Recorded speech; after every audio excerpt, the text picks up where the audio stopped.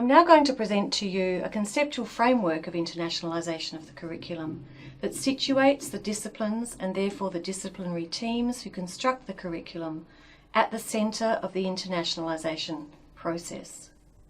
In my work in universities with leaders and with faculty, I've found that this diagrammatic representation of the concept of internationalisation of the curriculum is very useful.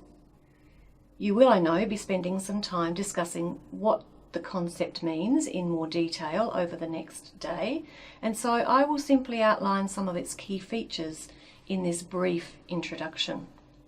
The disciplines, as international communities, situated in the centre of the conceptual framework, determine whose knowledge is valued, and that in turn defines the scope of the curriculum. The location of the disciplines at the centre of the multi-layered framework explains the many variations in interpretations of the meaning of internationalisation of the curriculum in different disciplines, across disciplines and institutions within the same and different national contexts.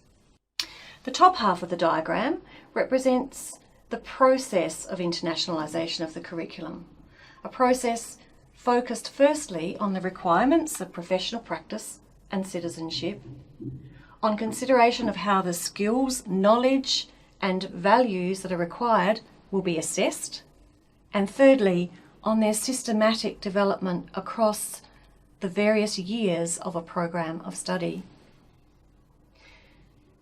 The systematic development across the program of study requires detailed consideration and mapping of what students will learn in successive years of study of a degree. Shortly, I'll be also discussing this process in much more detail on another slide. Typically, curricula are designed with reference only to dominant paradigms, and you'll see in this part of the framework, dominant and emerging paradigms have been highlighted. The framework therefore prompts us to think about emerging and non-dominant or subordinate knowledge paradigms, as well as those more familiar dominant paradigms. Let's turn now to the lower half of the framework, which represents 4 different layers of context within which universities operate and faculty and students live and work. Each of these layers of context interacts with the others. Some will be more important to some people than other layers.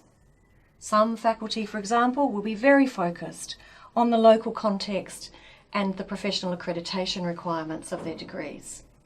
Others will be more focused on the global context and thinking about what sort of world do we live in and what kind of world do we want to live in. How can we, through our degree and through our teaching, change students' perspectives on their place in the world.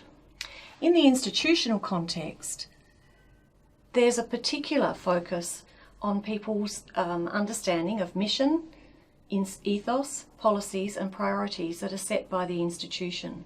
And this is indeed where a lot of influence can be exerted on how faculty work and consider these other contexts, to what extent they're pushed to think outside of the local and the institutional to the national and the global. Because in the design of an internationalised curriculum, the priority given to these different layers of the context by faculty who design and teach the curriculum will have an impact on what and how they teach. For example, to what extent they're focused on local and national accreditation requirements compared with global issues and priorities. That will influence the way that they describe learning outcomes, their choice of content, and the learning activities they provide for their students.